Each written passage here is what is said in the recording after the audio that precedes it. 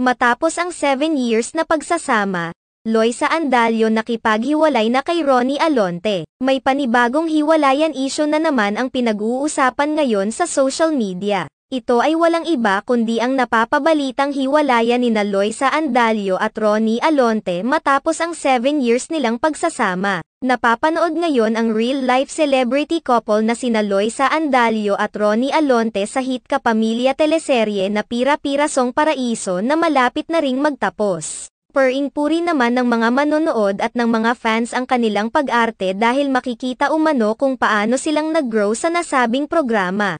Samantala, sa naganap na media conference ng Pira-Pirasong Paraiso noong January 17, 2024, naitanong sa dalawa kung ano ang susunod nilang projects na gagawin sa ABS-CBN.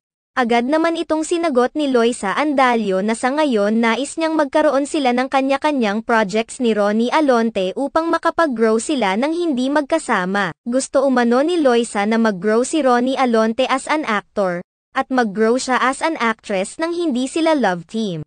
Sinang-ayunan naman ito ni Ronnie Alonte at hiniling pa na sana ay ang ibigay sa kanyang roles ay iyong mas challenging at buwis buhay na mga roles. Kung mabibigyan umano ng pagkakataon nais ni na Ronnie Alonte at Loisa Andalio na makapag-explore ng roles sa kani-kanilang mga trabaho. Kaya naman ayos lamang umano sa kanila sakaling mabigyan sila ng projects ng ABS-CBN nang hindi sila ang magka-partner. Open rin umano si Ronnie Alonte sa mga BL love story sakaling mabigyan siya ng pagkakataon ngayong 2024.